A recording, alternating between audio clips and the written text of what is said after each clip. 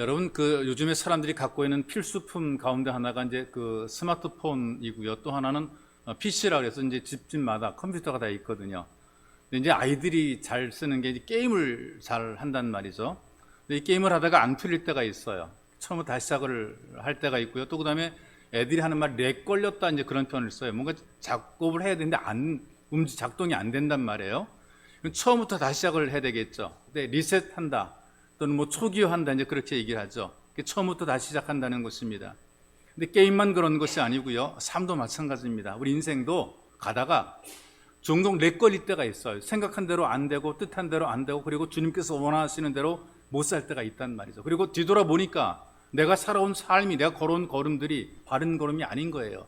뭔가 미혹을 받았고 뭔가 속아 살았고 인생을 다시 시작할 필요가 있단 말이죠. 초기화시키고 리셋, 다시 출발해야 되는 것이죠.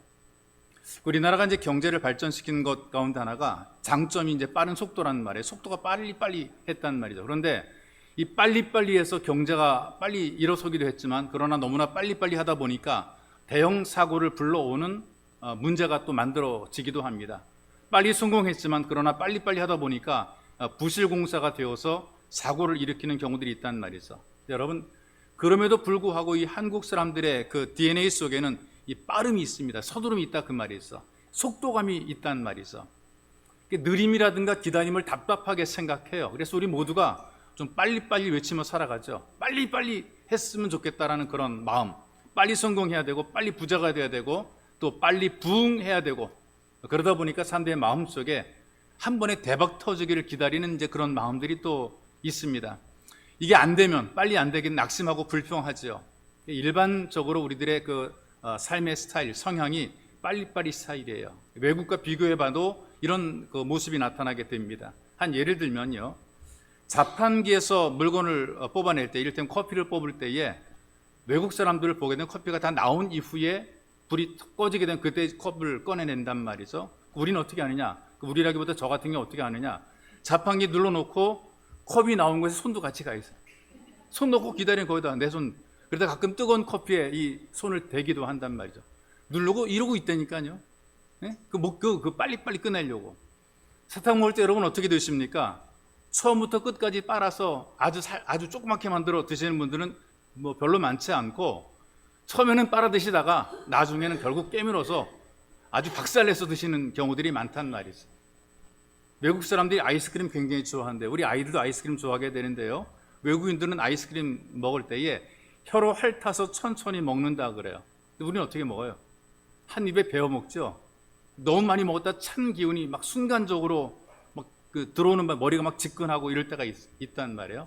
이만큼 우리가 일상적인 삶에서 급하고 서두르는 모습을 가지고 살아가요. 버스 정류장에서도 보게 되면 좀 선진국의 사람들은 대부분 질서가 정연한데 후진국일수록 막 급해요. 일단 기다리다 버스가 오게 되면 막 도로 따라 막 내려가고 그래. 요즘에 좀 많이 정리가 됐는데 예전 뭐 정차석이 다 있지만 그 전에만 해도요 버스 달려요. 문 손에다 대고 막 달려가요. 학생 때 저 그렇게 버스를 탔어요. 통학할 때 버스가 오게 되면 우르르 하고 막 몰려가서 이거 놓치면 이제 지각이니까 길을 쓰고 올라타는 이제 그런 경험이 있단 말이죠. 근데 여러분 앞으로 우리들의 문화들이 갈수록 빨라지게 됩니다. 아차하는 순간에 순식간에 지나가는 거죠. 성경에 보게 되니까 다니엘이 예언하기를 마지막 때가 되면 왕래가 빨라지겠다 그랬어요. 엄청나게 빨리 왕래가 되는 거죠. 지구촌 전체가 1일권입니다. 하루에 이 지구에 어디든지 다 갈 수 있게 만들어 놓은 것이란 말이죠. 그리고 세상 풍조나 어떤 유행이라든가 이런 것들이 엄청나게 빠르게 변화해요. 잠깐 있다가 빠르게 변화합니다. 그래서 뭔가 새로운 게 나왔다 그러면 나도 한번 써봐야지 사봐야지 그러는데 이미 벌써 다른 새로운 제품들이 벌써 나오고 있는 것이죠. 자, 이렇게 빠른 변화 속에서 우리가 어떻게 살 것인가? 그 빠른 거 따라가느라고 정신없이 막 살아갈 것인가? 때때로 삶을 점검해서 리셋하는, 초기화시키는 이제 그런 기다림, 새로 시작하는 그런 지혜가 필요한 것이죠. 세계에서 부자라고 알려진 마이크로소프트의 빌 게이츠가 있잖아요. 그 사람이 책 한 권 쓴 게 있는데 미래로 가는 책이라는 저술을 했어요. 그 책에서 나와 함께 할 사람이 어떤 사람인가를 거기다 이제 밝혀놨단 말이죠. 지금까지 저는 실패를 모르고 살아온 사람보다 실패 경험 있는 사람들이 좋다. 나는 그들을 많이 고용하겠다 이렇게 얘기를 했습니다. 그러니까 망한 사람들을 쓰겠다 그런 의미가 아니고요. 실패를 통해서 뭔가 발견한 게 있을 것이고 실패를 통해 느낀 게 있을 거란 말이죠. 그 실패를 통해 받은 교훈을 가지고 있는 바로 그런 사람들, 그래서 인생이 초기화된 사람, 다시 리셋된 사람들을 쓰겠다 그 말이에요. 바로 그런 사람들이 자기에게 커다란 힘이 될 수 있기 때문에 이렇게 글을 쓰고 있습니다. 자, 그렇다면 여러분, 우리가 같이 교도관의 본문의 말씀을 보게 되니까 서둘러서 어떤 결과를 얻고자 했다가 오히려 굉장히 큰 아픔을 당했던 믿음의 조상 이 아브라함의 사건이 여기 기록이 되어 있습니다. 자, 우리 하나님께서 아브라함에게 자손을 약속했어요. 그런데 아내인 사라는 잉태할 수 있는 기간을 지나쳐버리고 말았습니다. 소위 말 너무 늙어버렸단 말이죠. 현실적으로 그리고 모든 사람들이 느낄 때에 생물학적으로 아내를 통해 자녀를 얻을 수 있는 기회는 없어진 것으로 그들은 생각했단 말이죠. 근데 하나님이 약속해 주었습니다. 내가 내 자손을 주겠다. 그것도 어떻게 주시느냐? 하늘의 별처럼 많이, 바닷가의 모래처럼 많이 그렇게 자손을 주겠다 그랬어요. 말씀하시고 약속하신 이후에 하나님께서 아무런 조치가 없는, 뭐 그 다음에 뭐 좀 어떻게 뭐 해줘야 되는데 아무것도 해주는, 애프터 서비스 안 해주시는 거란 말이죠. 그러니 사람들, 이 아브라함과 이 사라의 생각에 나름대로 자손들을 이어가기 위한 방법을 찾아봅니다. 아내 사라의 제안을 받아들이죠. 여종인 하갈을 통해서 자손을 얻는 것. 그래서 이스마엘이라고 하는 아들을 얻게 되기는 해요. 중요한 게 뭐냐면 하나님께서 이렇게 사람의 방법으로 얻은 자손을 인정하지 않으신다는 것이죠. 얻긴 얻었는데, 되긴 됐는데 사람은 인정하는데 하나님은 인정하지 않으시는 겁니다. 그리고 이것이 오히려 이 아브라함 가문의 갈등을 만들어내게 됐어요. 이 아브라함의 실수를 통해서 삶을 초기화시키고 다시 시작해야 되는 하나님의 뜻이 무엇인가를 배우게 됩니다. 이 아브라함이 경험했던 것처럼 인생의 길에서 우리가 기대하고 있던 결과가 안 될 때가 있고 더딜 때가 있단 말이죠. 벌써 지금 우리 한번 보십시다. 한 해의 반이 훌쩍 지나가고 있어요. 우리 기도해도 나아지는 게 뭐 있던가? 내가 응답받은 게 있던가? 없단 말이죠. 응답도 없어요. 근데 하나님은 침묵하고 계시는 거란 말이에요. 현실적으로 답답해요. 이게 뭐야 도대체. 이 한 해의 반이 다 지나갔는데, 내 인생이 지금 다 지나가고 있는데 왜 아직까지 내게 이루어지는 것이 없지? 이루어진 것도 없고 되는 것도 없기 때문에 우리가 속상하단 말이죠. 그래서 만약에 해결될 수 있는 길만 있다면, 빨리 뭔가 된다면 뭐든지 하겠다, 이런 마음을 갖게 되는 거죠. 여러분, 이렇게 마음이 조급해질 때에 아브라함의 실패를 통해 우리가 다시 시작하는 방법을 배워야 됩니다. 여러분들이 리셋하고 초기화시켜서 다시 인생을 시작하기 위해서 서두르지 말자는 거예요. 인내하자. 서두르지 말자. 여러분, 우리가 빨리 하게 되면 잘 된 것이고요, 빠르게 성장하면 성공한 것이라고 이렇게 생각합니다. 아이를 키우는 부모들도 마찬가지잖아요. 애들이 말을 할 때 딴 애들보다 빨리 말하면 우리 똑똑하다고 그렇게 얘기를 하는 거예요. 빨리 입이 말문이 트이는 그런 아이를 보면 우리는 똑똑하다. 그리고 빨리 걸으면 다른 애들보다 빨리 걸어요. 그렇게 걷는 애들이 있거든. 그러면 이 아이는 건강한 거예요. 그리고 치아가 더디 나오게 되면 뭔가 좀 뭔가 좀 잘못된 거 아닌가라는 불안감이 있단 말이죠. 애가 말을 좀 더디해 보세요. 다른 애들 다 엄마 아빠하고 막 말하고 그러는데 우리 애 말을 못 해보세요. 그럼 이게 애가 띠란 거 아닌가? 괜히 불안하고 부담 갖는단 말이죠. 뭔가 남보다 빠르게 이루어지는 것을 성공처럼 여깁니다. 잘 되는 것처럼 여기고 이게 좋은 것으로 생각하는데 꼭 그것만이 아니란 얘기죠. 꼭 빨리 가는 것, 먼저 되는 것만이 좋은 것 아니에요. 우리 어른들이, 조상들이 이런 말을 남겼어요. 두 번째 달려간 쥐가 먹이를 먹는다, 그런 말. 두 번째 달려간 쥐가 먹이를 먹어. 왜? 먼저 달려간 쥐는요, 덫에 걸렸어요. 죽거나 먹이를 눈앞에 보면서도 꼼짝 못하고 먼저 달려가가지고 그거 보고 그 다음에 두 번째 달려간 쥐는 먹이를 먹게 되는 거란 말이죠. 여러분, 이 아브라함에게는요, 남들이 줄줄 나는 그 자식이 없으니까 얼마나 이게 부담이. 예전에 지금 우리와 같은 그런 분위기 아니에요. 자녀가 많아야 가문의 영광이고, 자녀가 많아야 힘이고, 이게 능력이고, 이게 권세란 말이죠. 어떻게든 많이 자식을 낳아야 돼요. 근데 없어요. 다른 사람 잘 낳는데 자기는 없단 말이죠. 근데 하나님 약속했단 말이죠. 하늘의 별처럼 바닷가의 모래처럼 많은 자손을 내게 줄 것이다. 기다립니다. 근데 아무리 기다려도 소식이 없어요. 이러다가 자식 얻기는 글렀지 틀렸지, 마음속에 불안, 부담 이런 것도 있으니까 서두름이 찾아오게 되죠. 빨리 뭔가 좀 만들어야 되겠다라고 하는 생각이 오게 되는 그런 마음이 있을 때에 이 아내의 여종이었던 그 하갈이란 여인을 통해서 그 아들을 얻게 됩니다. 결과적으로 보게 되니까 얻었어요. 아들을 만들어냈어요. 그러니까 성공이죠. 일반적으로 볼 땐 그렇습니다. 그런데 그 결과를 통해 얻은 것보다 잃은 것이 훨씬 더 많다는 얘기입니다. 새로운 갈등들이, 여러분 성경을 쭉 읽어보게 되면 이 사건을 통해서 아브라함 가정의 불화가 만들어지게 되고요, 민족의 불화가 만들어지게 되는 거죠. 이 자기의 조강 지처인 사라의 여종이었다가 아들 낳은 이 하갈 사이에 깊은 불화가 만들어지게 돼요. 4절에 이제 그런 불화들의 어떤 그 내용을 기록하고 있죠. 하갈이 잉태하게 되니까 본래 자기가 주인으로 섬기던 이 사라를 멸시를 하게 됩니다. 하갈은 사라의 여종입니다. 이게 종 취급을 했단 말이죠. 당연히 종이니까 종 취급하겠죠. 그런데 종 취급받는 하갈은 이건 아닌 거예요. 내가 누군데, 내가 주인의 아들이 잉태했는데, 이런 생각 때문에 당당하게 행세를 한단 말이죠. 나도 종이 아니다, 나 주인의 아이를 가진 당당한 아내다, 이런 마음이 있는 거란 말이에요. 이 당시에 이제 관습을, 지금은 이런 일들이 없지만 당시에 고대의 관습은 자녀가 없을 경우에 아내는 자기 여종을 남편에게 주어서 자녀를 얻도록 한 것이 이제 그 당시에 풍습이고 관습이었어요. 그리고 아이가 태어나게 되잖아요. 태어난 아기는 여종에게 속한 것이 아니라 본 아내에게 속한 자식이 되는 거죠. 여종은 아이를 낳고도 내 아이가 아니라 주인의 아이가 되는 거예요. 내가 기르는 것이 아니고, 내가 엄마가 아니라 진짜 엄마는 그 여주인이 진짜 엄마가 되는 거라 그 말이죠. 그런데 자녀를 잉태하게 되니까 이 하갈도 교만해지는 거죠. 여주인이 못한 것을 내가 이루었다라고 생각을 하는 거예요. 그래서 자기를 높여준, 자기를 잘되게 만들어준 그런 그 여주인의 은혜를 생각하지 않고 하찮게 여기는 거예요. 아이도 못 낳는 것, 나는 잉태했는데 아이도 못 낳는 것, 이렇게 멸시한단 말이죠.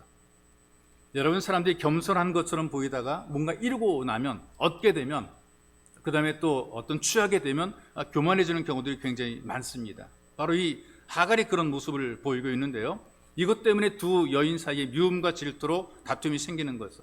아브라함은 이 틈새에서 마음고생을 많이 하게 됩니다. 이 갈등이 여기서 끝나는 것이 아니고요, 앞으로 대를 태어날 자손들 사이에서도 갈등이 만들어지게 됩니다. 하나님께서 약속하신 때가 차니까 약속한 그대로 원래 아닌, 도저히 생물학적으로 아이를 낳을 수 없는 사라를 통해서 이삭이라는 아들을 주셔요. 이 하갈을 통해 서둘러 태어난 아들이 이스마엘이고요, 하나님의 약속을 따라 기다려서 태어난 아들이 이삭입니다. 이 두 아들과 그 후손 사이에는 끊임없이 적대적으로 살아오게 되었죠. 지금도 마찬가지로 민족적인 갈등으로 서로 증오하면서 싸우고 있어요. 이스마엘은 아랍 민족의 조상입니다. 이들의 대부분은 현재 무슬림이란 말이죠. 이들의 경전을 꾸란이라고 얘기를 합니다. 우리가 사용하는 이 구약 성경의 모세오경을 그대로 이 무슬림도 사용한단 말이죠. 무슬림들도 이 아브라함을 믿음의 조상으로 믿습니다. 우리가 아브라함을 믿음의 조상으로 믿는 것처럼 그들도 이 아브라함을 믿음의 조상으로 믿어요. 그러나 다른 게 있다면, 먼저 태어난 이 이스마엘이 알라의 복을 받은 진짜이고, 두 번째 태어난 이삭은 오히려 가짜다, 이렇게 이제 그들이 믿고 있는 것이란 말이에요. 그래서 이삭과 이스마엘의 자손들은 수천 년의 세월 흘러도 지금까지 서로 적대적이 되어 분쟁을 하고 있는 것이죠. 얼마나 골이 깊은지 원수처럼 지내면서 지금도 이 지구에 화약고를 만들고 있는 것이 바로 중동 지역의 모습이란 말이죠. 왜 이렇게 되었을까? 하나님 약속을 믿지 못하고 인간적인 방법으로 서둘러 만들어낸 결과가 이렇게 만들어진 것이란 말이죠. 빨리 가려고 그러다가 오히려 더 큰 실패합니다. 빨리 가려고 길을 들었는데 오히려 잘못된 길에 돌아오느라고 시간을 더 많이 허비하는 경우들이 있어요. 우리 인생이라고 하는 것이요, 빨리 가는 게 중요한 게 아니고요, 바르게 가야 되는 것입니다. 기회는 아직도 우리에게 얼마든지 있단 말이죠. 바르게 가는 게 중요한 거예요. 우리가 그 DNA가 빠름이라고 말씀을 드렸지 않습니까? 사업하는 사람들도 늘 빨라요. 뉴욕에 출장 간 사업가가 있어요. 중요한 사람 만나기 위해서 이제 택시를 탔거든요. 근데 제일 먼저 한 소리가 어떤 거냐? 빨리 갑시다. 빨리 갑시다. 기사에게 빨리 갑시다 그랬어. 외국인들도 한국 사람에게 배우는 그 빨리 배우는 언어가 뭐냐? 빨리빨리가 가장 빨리 배운다 그래요. 하도 빨리 가자 그러니까 기사가 빨리 달렸어요. 기사가 막 빨리 가고 있는데 가만히 보니까 이 그 사업가 보니까 자기가 가는 목적지 안에 엉뚱한 데로 가고 있다는 말이에요. 그래서 지금 어디 가냐 물어봤어요. 기사가 뭐라고 대답하느냐? 손님이 빨리 가자 그래가지고 그냥 가던 길로 빨리 지금 가고 있다는 거예요. 어디로 가자는 목적지를 말하지 않고 빨리 가자 그러니까 그냥 간 거란 말이죠. 결국엔 돌아와서 늦게 도착을 했다는 그런 일화가 있는데요. 지금 아브라함 그다음에 사라는 빨리 가고 있는 거예요. 하나님께서 말씀하신 것을 기다리지 못하고 빨리 가는데 방향이 다른 방향이라 그 말이에요. 그래서 크게 실패하게 되고 결국에는 고난을 당하게 되는 거죠. 믿음이라고 하는 것은 서두르지 않음과 동시에 포기하지도 않은 것입니다. 어떤 사람들은 약속을 포기해버리는 사람들이 있고요. 어떤 사람 너무나 조급해서 약속을 빨리 앞당기려고 인간의 방법을 쓰다가 실패하는 사람들이 있습니다. 어떤 사람은 기다리다가 그냥 포기해버리죠. 그런데 믿음은 서두르지 않음과 동시에 포기하지도 않은 것입니다. 그래서 서두르면 이스마엘이 태어나는 것이고 기다리면 이삭이 태어나는 것입니다. 여러분 살다가 좀 빨리 급하게 확 해버리고 싶을 때 이 말을 기억하세요. 서두르면 이스마엘, 기다리면 이삭이다. 지금 당장 눈에 보이는 것도 잡힌 것도 없어요. 낙심하거나 포기하지 마십시오. 하나님의 때가 되기까지 변함이 없는 믿음으로 오늘과 내일을 살다 보게 되면 소망이 눈에 보이게 될 것이고 바라는 것이 귀에 들리게 될 것이며 원하던 것을 드디어 여러분들의 손으로 잡게 될 것입니다.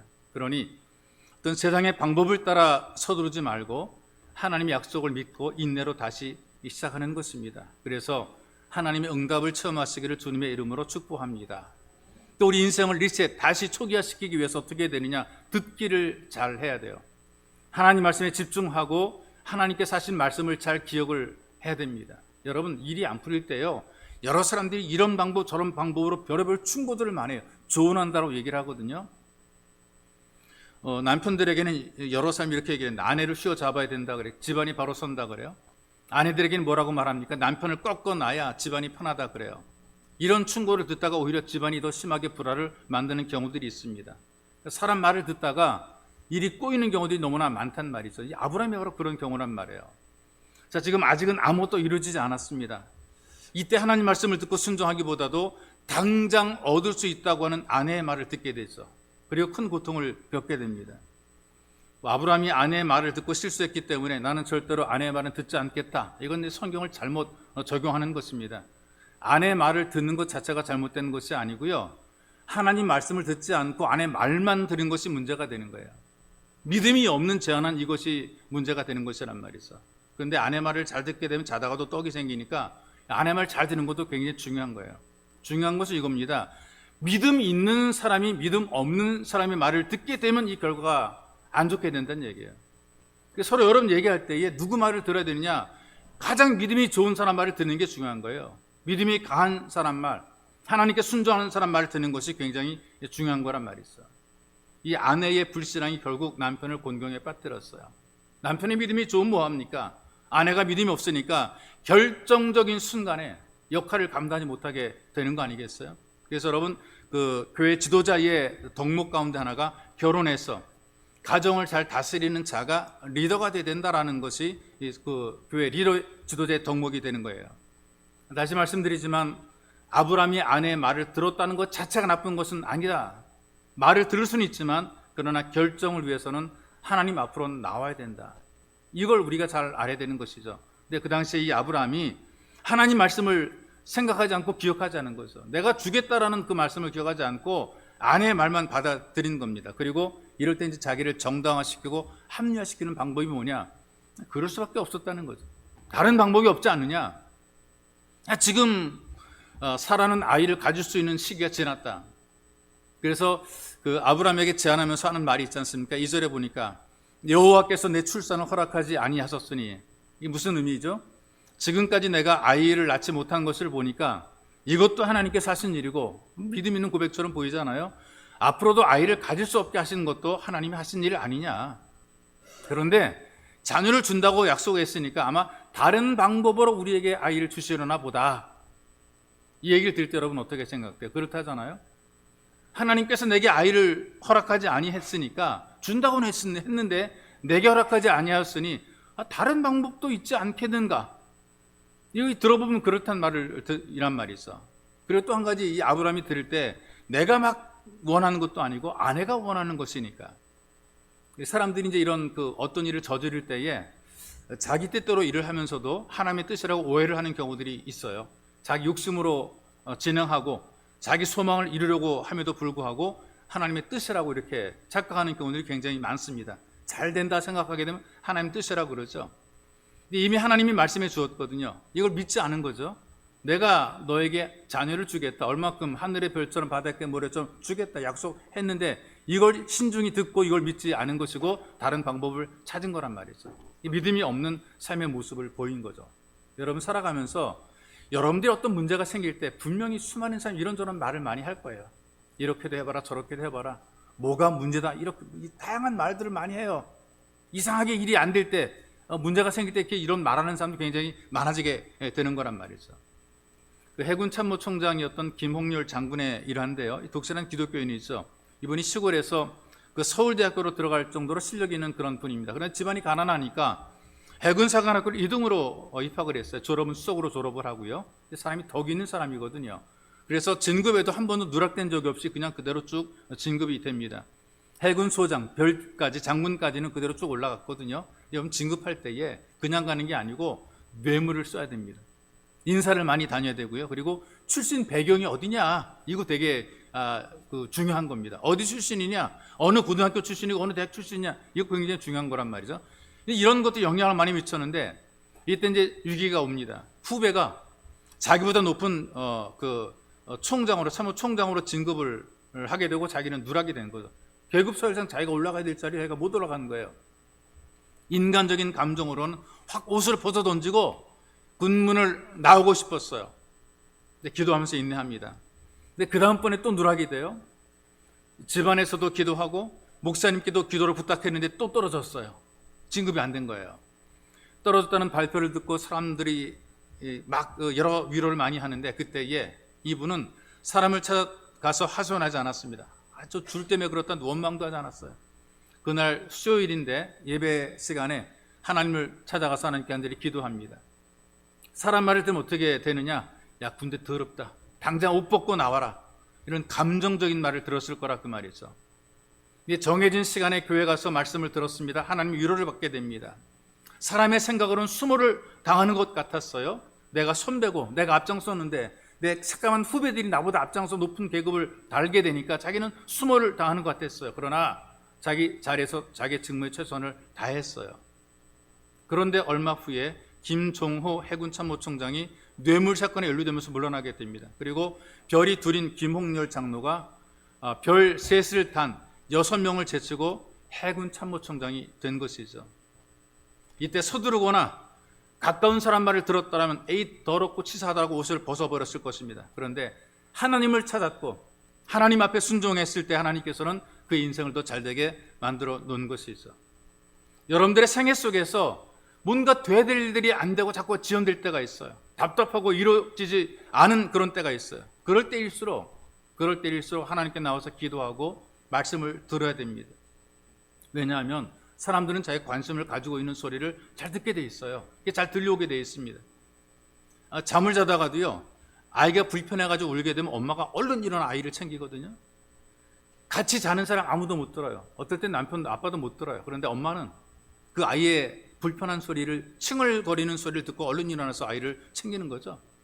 애들이 바깥에서 여러 명들이 막 뛰어 이 동네 이 집 아이 저 집 아이 막 논단 말이죠. 그런데 그렇게 뛰어놀 때에 자기 자식의 소리는 들리는 거예요.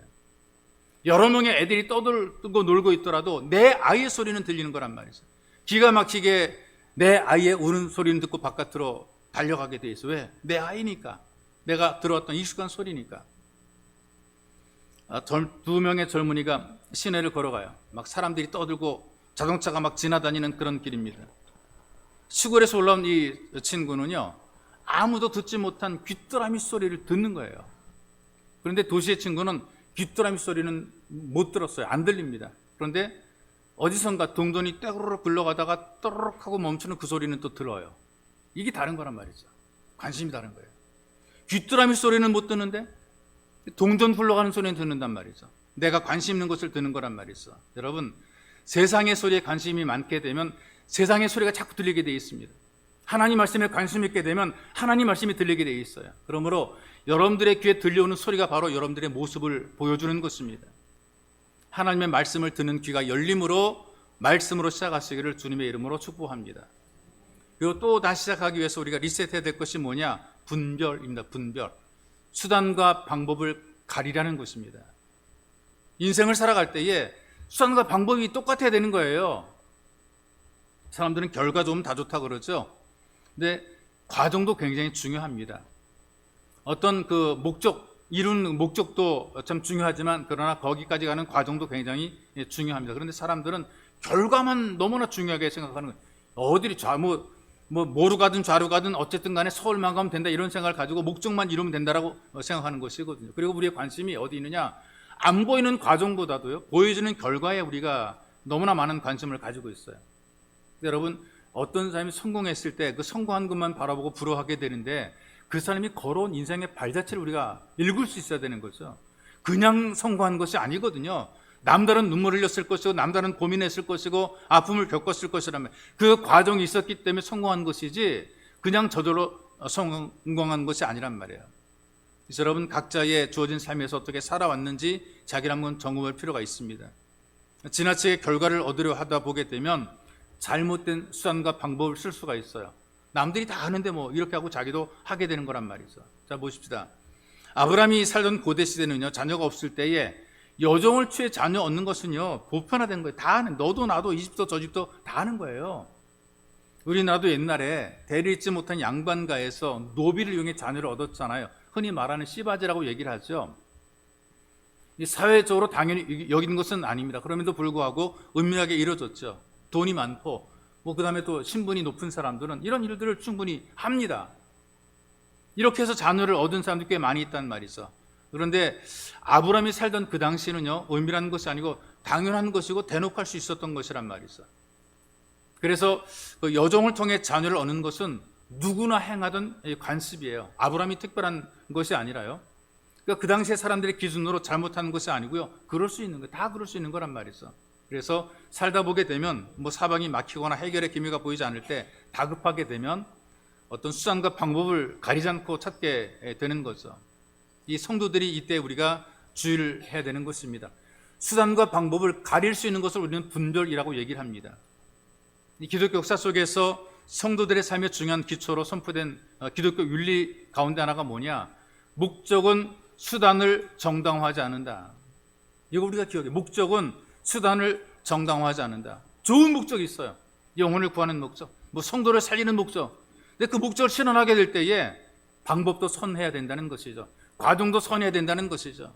아무리 좋은 목적도 수단과 방법이 좋지 못하게 되면 결국은 좋지 못한 것이란 얘기예요. 일이 좋고 잘 될 수가 있죠. 근데 그 일을 수행하는 방법이나 수단이 잘못되었다면 그건 문제가 심각한 것입니다. 하나님의 방법도 아니고 은혜도 아닌 거죠. 우리가 착각하는 거 하나가 잘 되면 은혜 받았다, 잘 되면 하나님 은혜라 그래요. 근데 그렇지 않은 것들이 꽤 많이 있습니다. 하나님께서는 결과만 중요한 것이 아니라 결과를 성취하는 과정까지도 돌아보고 계시는 겁니다. 1등이 되는 것도 굉장히 잘하는 거고 중요한데 어떻게 1등이 되느냐, 남의 것을 보고 컨닝함으로써 1등이 되느냐, 이거 진짜 1등이 아니란 얘기죠. 성공해도 다 같은 성공이 아니고요, 돈을 벌어도 다 같은 돈이 아니라는 얘기예요. 사기치고 속이고 남의 눈에서 피눈물 흘리면서 얻은 것이라면 결국 화가 된다. 이걸 성경이 가르쳐 주는 거죠. 그러나 정당하게 수고해서 얻은 것이라면 최고는 되지 못했어도 그는 복된 사람이 있어. 이게 진짜 진정한 성공입니다. 수단과 방법을 가리지 않게 되면 남보다 빨리 성공을 할 수가 있어요. 그러나 결국은 삶의 과정 속에서 잘 준비된 사람에게 밀려나게 돼 있습니다. 예수님의 사건이 어떤 것이냐면요, 끝까지 준비되고 수단과 방법을 정당화하고 하나님 말씀에 순종해서 이뤄낸 정말 아름답고 복 있는 결과를 만들어서 우리를 하여금 구원에 이르게 만든 거란 말이죠. 근데 마귀에 미혹된 이 유다가 예수를 팔았습니다. 그 당시 권력자들과 종교인들이 예수를 죽이려고 하는 거, 어떻게든 죽이려고 그랬어요. 로마의 권력까지 움직여서 예수 십자가에 못 박는 데 성공했어요. 예수를 무덤에 집어넣어놓고 성공했다고 승리의 축배를 들었어요. 수단과 방법을 가리지 않고 예수를 죽이려고 그랬어요. 그리고 죽이는데 성공했어요. 이게 예수님이 실패했고 그들은 성공한 것처럼 보였단 말이죠. 예수님께서 그 모든 과정을 피하지 않으셨단 말이죠. 겟세마네에서 통곡하며 기도했습니다. 하나님의 뜻대로 하기로 결단했습니다. 십자가를 지고 고난과 수모를 겪었습니다. 하나님의 방법에 따르기를 한 것이란 말이죠. 이 실패가 아니라 결국에는 부활을 통해서 진정한 성공을 보이시는 것이죠. 그리고 수단과 방법을 가리지 않고 성공을 노래했던 사람들은 실패자가 된 것입니다. 그러나 십자가의 모진 고난을 감당하면서 하나님의 뜻대로 그 모든 과정을 다 순종했던 예수님께서는 실패처럼 보였지만 우리를 구원하신 영원한 성공자가 되시고 승리자가 되신 것입니다. 많은 사람들이요, 자기 목적 위해서 내가 살아가는 삶의 수단 방법을 자꾸 합리화해서 어떻게 남들도 다 그렇게 하더라, 그 정도는 별것 아니다. 여러분, 예수님도 원하시면 수단과 방법을 가리지 않고 피할 수가 있었습니다. 그럼에도 힘겨운 그 모든 삶의 과정 그대로 순종했잖아요. 이제 여러분들이 할 수 있는 것이 어떤 것이냐, 이 아브라함의 실수에서 여러분들이 배워야 됩니다. 그리고 아브라함과 똑같은 실수를 되풀이하지 않아야 됩니다. 그리고 우리는 예수님의 삶을 따라 다시 시작을 해야 됩니다. 여러분의 삶 속에서 응답이 지연될 때가 있고요, 꿈이 좌절될 때가 있고요, 미래가 불확실할 때가 있단 말이죠. 그럼에도 불구하고 인내함으로 서두르지 말고 더 기도하시기를 바랍니다. 여러분이 안 될 때 수많은 소리가 들려오는데 그때 하나님 말씀 듣기에 집중하시기를 바랍니다. 무엇보다 분별해서 수단과 방법을 가려서 살아가시기를 바랍니다. 그래서 처음보다 나중이 좋은, 끝까지 더 좋은 삶이 되시기를 주님의 이름으로 축복합니다. 이제 우리 기도하기 원하는데 기도할 때 들은 말씀이 기도의 제목이 되도록 기도하십시오. 여러분, 삶 현실이 답답하고 막연하고 이리저리 꼬일지라도 우리가 끝까지 인내하고 서두르지 말고 하나님께 간절히 기도해서 하나님의 방법을 찾아갈 수 있기를 기도하기 원합니다. 그리고 우리가 일이 안 될 때 빨리 되게 만드는 수많은 꼼수들이 많이 등장을 하게 되고, 그런 꼼수를 통해서 우리의 꿈을 이루려고 자꾸만 사탄이 미혹하지만, 그러나 우리는 하나님께서 원하시는 대로 순종해 살겠다라는 결단하기를 바랍니다. 더뎌도 좀 고대도 힘들어도 나는 주의 말씀 따라 순종해 살겠다라고 여러분들 결단하기를 바랍니다. 그리고 무엇보다 어떻게 해서든지 수단과 방법을 가리지 않고 얻기만 하면 된다, 이루기만 하면 된다, 이것이 아니라 분별해야 됩니다. 수단과 방법을 분별하고 목적이 좋은 방법도 좋아야 되는 것입니다. 그래서 우리가 이런 모든 걸 분별해서 주님, 내가 주의 뜻대로 순종해 살아갑니다, 내 인생과 내 삶을 다시 시작할 수 있도록 다 초기화시키고 리셋하고 처음부터 다시 시작하는 삶이 될 수 있도록 은혜를 베풀어 주옵소서. 여러분들이 간절히 기도하겠습니다. 살아계신 아버지, 감사합니다. 우리에게 은혜와 복을 더 입어 주시고 하나님 은총 속에 살게 하시니 고맙고 감사합니다. 내 인생 내 삶 속에서 때로는 응답이 지연될 때가 있습니다. 꿈이 좌절될 때가 있습니다. 내 미래가 불확실할 때가 있습니다. 하나님, 우리가 답답하고 하나님 어찌할 바를 모를 때가 있습니다. 왜 이렇게 안 되는지, 왜 그렇게 안 보이는지, 왜 그렇게 못 되는지. 그러나 살아계신 내 아버지 하나님, 우리는 하나님의 자녀들입니다. 하나님 우리를 보고 계십니다. 우리를 알고 계십니다. 인내하게 만들어 주시고 서두르지 말고 기도하며 기다리게 만들어 주시옵소서. 하나님께서 원하시는 길을 가고 원하는 삶을 살도록 주님께서 우리를 도우시기를 하나님 간절히 원하며 소망합니다. 특별히 살아계신 아버지, 우리가 안 될 때, 힘들 때, 어려울 때 수많은 참 이런저런 방법을 말합니다. 꼼수를 가르쳐줍니다. 지름길을 가르쳐줍니다. 그러나 선정하시지 우리는 세상의 꼼수를 배울 것이 아니라 하나님 말씀을 듣도록 은혜를 베풀어 주시고 말씀을 듣기에 집중하도록 주님 우리에게 은혜를 던져 주시옵소서. 살아계신 아버지, 우리가 수단과 방법을 가려 살아가는 은혜가 있기를 하나님 간절히 원합니다. 하나님, 우리가 무조건 잘 되는 것이 중요한 것이 아니라 바르게 잘 되게 도와주시옵소서. 빠르게 되는 것이 중요한 것이 아니라 바르게 되게 도와주시옵소서. 처음보다 나중에 좋은 삶 살게 붙잡아 주고 하시고 하나님 은혜가 우리에게 함께하게 도와주시옵소서. 여전히 우리는 아직까지 남아있고 오늘을 살게 하셨습니다. 주님, 오늘도 우리가 늦은 시간이 아니게, 늦지 않았게 최선을 다하는 삶이 되게 붙잡아 주게 주시옵소서. 여러분, 한 번 더 기도하기 원하는데 기도할 때에 하나님, 우리의 삶 속에 부족한 것들이 많습니다. 우리가 약한 자들이 있는데 건강 회복되게 만들어주시고 사업을 경영하는 자들의 삶 속에 지혜와 능력을 줘 사업이 회복되게 만드시고 직장에 일할 때 하나님께 인정받을 뿐 아니라 사람에게 인정받아 정말 내가 있음으로 모든 사람, 모든 회사를 잘되게 만드는, 이 부서가 잘되게 만드는 일꾼 될 수 있도록 주님 복의 통로리를 써줍소서. 여러분들이 간절히 기도하시고 살다 보면 여러 가지 압박 때문에, 힘든 일 때문에, 어려운 일들 때문에 계획한 것이 원한 대로 이루지 않아서 우리의 자존심이 무너질 때가 있습니다. 자존감이 깨질 때가 있습니다. 하나님, 무너진 자존감이 회복되게 만들어 주옵소서. 하나님, 아버지가 되시고 날 돌보시니 주님, 내 자존감이 회복되고 자신감을 가지고 세상을 돌파해 나가게 도와주옵소서. 때로는 막막합니다. 무기력합니다. 그러나 이것도 극복해낼 수 있는 능력과 힘을 던져받으라 간절히 기도하시고요. 계속 예배에 자리를 잡고 기도에 자리를 찾아서 하나님께 치유받고 회복될 수 있도록 주님 은혜를 던져받으라 간절히 기도하기 합니다. 여러분, 개인적으로 좀 더 깊게 여러분의 소망을 놓고 아버지를 부르면서 기도하기 합니다. 기도하겠습니다. 살아계신 하나님 아버지, 우리가 이 기도의 시간에 예배의 자리에 하나님을 아버지라 부르게 도와주시옵소서. 문제가 많습니다. 고민이 많습니다. 염려가 많습니다. 할 일이 많습니다. 주님의 도우심이 너무나 필요합니다. 주님, 우리 가운데에 약한 자가 있사오니 하나님 은혜 베푸소서. 건강의 목대 붙잡아 주고 계시옵소서. 예수 이름으로 하나님 우리가 치유되게 붙잡아 건강의 목대 붙잡아 주고 하시고 힘없게 만들어주시고 주의 은혜가 우리에게 임하게 만들어주시고 하나님 우리가 담대해지게 도와주시옵소서. 전능하신 우리 주님, 우리 무너진 건강이 회복이 되어 주님 기쁨과 감사함 가운데 살아가도록 우리를 도와주옵소서. 사업을 경험할 때 하나님의 도우심이 필요하오니 지혜가 필요하오니 하나님, 이 정말 절대절명의 위기 속에서 생존 종령의 환경과 분위기 속에서 주님 준 지혜를 따를 심히 최선을 다하게 만드시고 우리의 사업들이 갈수록 좋아져 회복이 되어서 하나님과 영향을 바르게 붙잡아 주고 내가 몸담아이나 일터와 직장이 내가 복의 통로가 됨으로 잘 되게 원하며 소망합니다. 내가 있으므로 내가 일함으로 내가 그 회사에 일함으로 내가 거기 있으므로 주님 잘 되게 만드시고 복의 통로에게 붙잡아 주고 아버지 살다 보게 우리 자존감 무너질 때가 있습니다. 하나님 힘들 때가 있고 어려울 때에 주님 아무것도 아닌 것 생각이 되고 심한 낙심과 우울감에 빠질 때가 있사오나 주님 우리를 도우소서. 우리 잃어버린 자존감 회복되게 붙잡아 주고 하시고 우리의 삶이 자신감 그 당당하게 살게 붙잡아 주고 해주시고 막막하고 무기력한 환경 속에 살아도 이겨낼 수 있는 힘과 은혜를 던져주시고 우리 몸이 간절해지게 주를 향해 간절해지게 예배에 자리 잡고 기도하게 만들어주시고 우리 개인적으로 갖고 있는 다양한 소망들이 있는데 하나님께 나와서 기도함으로 해결되게 도와주시고 아버지를 부름으로 하나님 응답을 체험하는 복 있는 성도 될 수 있도록 하나님을 부름으로 하나님 예배의 자리에서 위로와 격려가 넘치게 하시고 하나님을 부름으로 회복이 되고 치유가 되게 만드시고 하나님을 부름으로 응답이 체험될 수 있는 기도를 도와주시옵소서.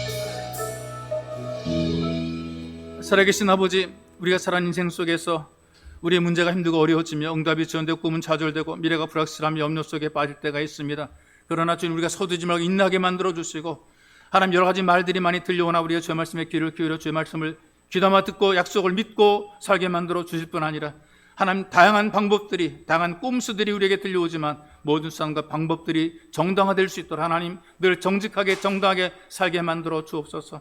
전능하신 주님, 빠른 것이 중요한 것이 아니라 바르게 사는 게 중요한 것이기에 주님, 우리가 주를 믿고 주를 바라봅니다. 주님께서 우리를 기억해 주시고 예배의 자리를 찾는 우리를 주님 기억해 주시고 여기서 여전히 우리가 모자란과 부족한과 약함이 수 앞에 간절히 간구합니다. 건강이, 사업이, 직장이, 자존감이 회복되게 만들어 주옵소서. 때로는 답답한 우리 미래가, 막막한 미래가 열려질 수 있는 길 응답해 주시옵시며 예배의 자리를 통해 하나님 아버지를 부를 때에 그 속에 담겨진 우리의 마음을 주님께서 아시오니 주님 그 마음을 흡양해 주고 받아주시고 우리 마음속 위로와 격려로 세워주시고 힘있게 세상을 살아갈 수 있도록 용기와 담담을 덧입혀 주옵소서. 보배로 오신 예수님의 이름으로 기도하옵나이다.